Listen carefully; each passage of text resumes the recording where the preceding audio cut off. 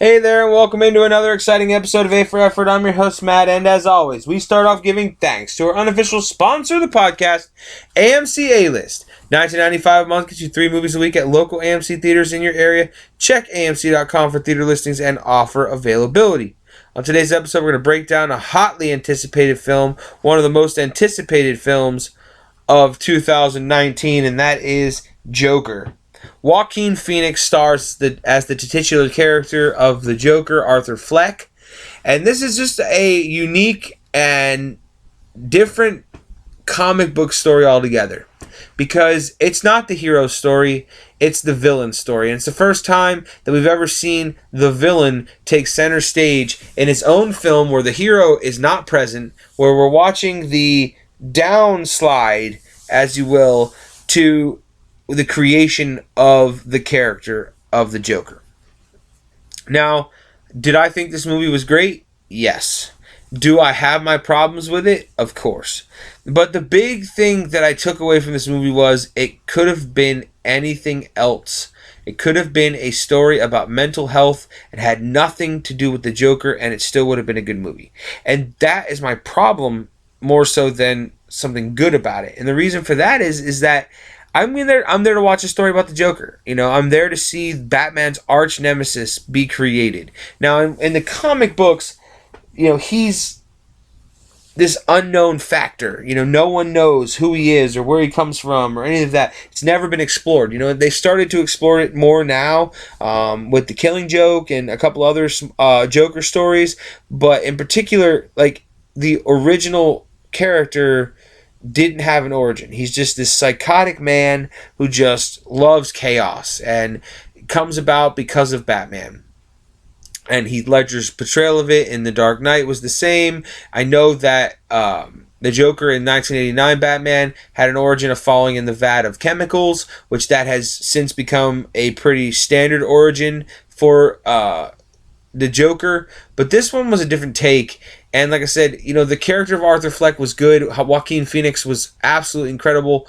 You know, but you take out Gotham, it could have been New York City. You take out the Joker, and he's just Arthur Fleck, a man with mental illness. You know, yes, the last 15 minutes included a lot of Bruce Wayne and a lot of the story of Bruce Wayne. But there wasn't enough comic book elements for me to sit here and say it's the greatest comic book movie of all time, like some people are calling it. You know, I think Marvel, who has made what I feel is the greatest comic book movie of all time, which is Endgame, did something with Endgame that can't be matched by any movie, and that's just building towards that moment, having this epic 22 movie arc completed in that moment, and also try to build out. So you've completed something while also building out to what's next. And I feel like Marvel has dominated that field. I feel like Marvel has killed in that department. You know, DC has done a good job so far of making some decent movies. Wonder Woman, Aquaman, Shazam, now Joker.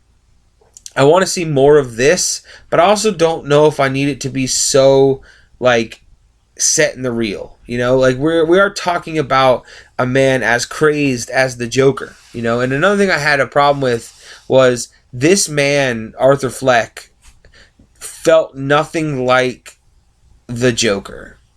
You know, yes, he's Joker by name, he's Joker by makeup, he's Joker by suit, but he's not Joker in that he is a agent of chaos. He's not straight up like this diabolical maniac who has plans of how to destroy Gotham and capture Batman and all these things. Like, he didn't feel like all of it happened to him by luck and by happenstance, you know. And that to me is a big deterrent for me with how the Joker truly is in his mind, and how the Joker truly does what he does to, you know, demonstrate his level of intelligence. And I don't feel like this character was intelligent at all. Like I said, I felt like a lot of what happened to him by chance and by luck.